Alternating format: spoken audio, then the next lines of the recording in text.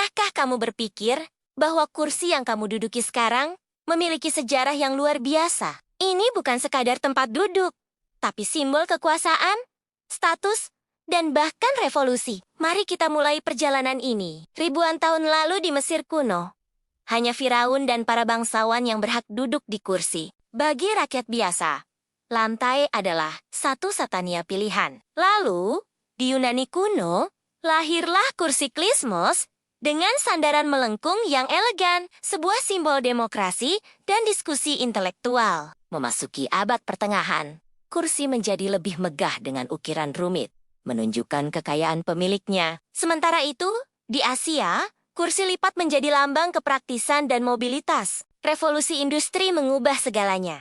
Produksi massal membuat kursi terjangkau bagi semua orang. Kini, di era modern, fokus kita beralih pada ergonomi dan kesehatan. Di masa depan, kursi mungkin akan dibuat dari bahan ramah lingkungan dan dilengkapi AI yang bisa menyesuaikan postur kita secara otomatis. Jadi, lain kali kamu duduk, ingatlah bahwa kamu sedang duduk di atas sebuah warisan sejarah yang panjang. Terima kasih sudah menonton. Jangan lupa suka dan berlangganan ya.